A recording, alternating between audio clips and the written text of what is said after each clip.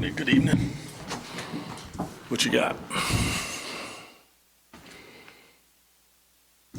Doug, I know we heard you after the first game about the level of compete and, the two battles in each game. How do you assess how your team did tonight in that aspect? The thing that probably disappointed me the most is like they get off to a decent start. They're moving the ball around. They're doing some good things. The second unit comes in. I think it was like 4.5 minutes in 2 minutes and went 11-0. And then you shoot 14 or 15 more shots than them. And we allowed the inability to make shots to affect the intensity at which we played. That's just, mentally you can't do that. You got to fight through. I told them, you have to learn how to win ugly games. That game was there. They weren't making shots. At the beginning of the game, there was a flow, ball was moving, got some good open looks. You didn't make them. So that should not affect the way that you play on the defensive end of the floor. It just can't. So, yeah.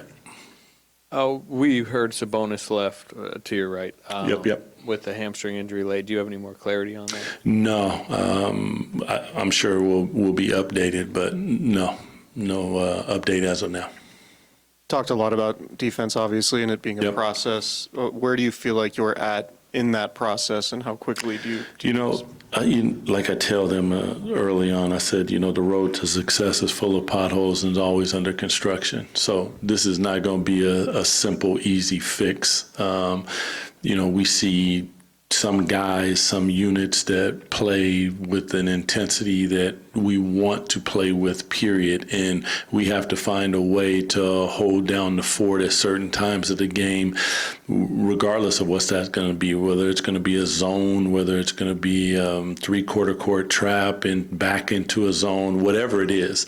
There can't be an excuse of why you don't defensively give the effort and attention to detail. Balls on one side of the court, you got to bring the gym over. Like guys getting layups and dunks, it's just unacceptable, period. I mean, these guys, we've been through drills, but listen, this is on me. I'll figure out a way to make sure that these guys are doing exactly what they need to do. All I need from them is the attention to detail and the effort. Everything else, I've always said, guys, I take all the bullets for that. That's what I'm here for. It's, in my opinion, it's never the players. Coach Christie, what are your thoughts?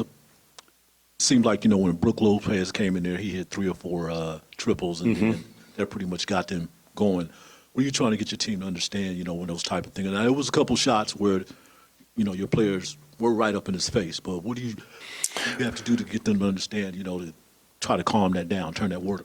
Well, listen, it was a pick and roll, I believe, with Lopez and Chris Paul, if I'm not mistaken. We got over the pick and roll like we just over-helped. No need to help that much. If Chris Paul's going to go downhill and finish at the basket, contested, okay.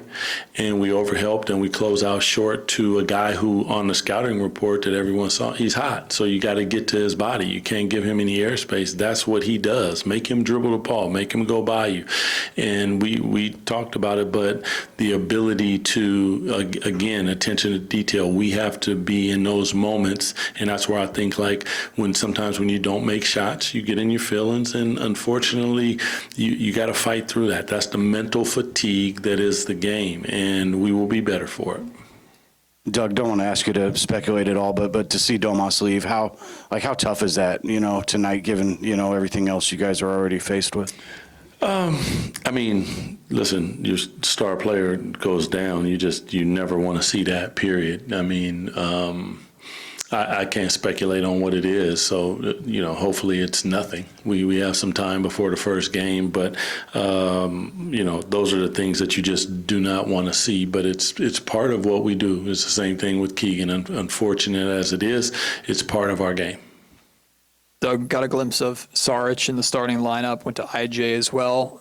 are you able to share any of the takeaways that you had just from the experimenting with those lineups tonight? I thought Sarge got a couple of good looks. IJ had some moments and flashes. For me, it's not really about what they're doing, offensively, because, you make shots, everyone's like, oh, you look good. Really, it's more defense. Sarge is going to have to be more of a team defensive player, meaning are you in the right spot? IJ, we have to feel you on the defensive end. You're long and athletic. Make sure all the rebounds are yours. Run the floor extremely hard. I have to go back and see what we saw in that.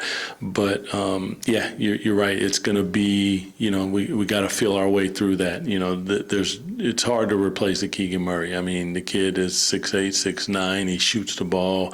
He guards the best player. Like, all of a sudden, that's out of your lineup. It's tough. Yep.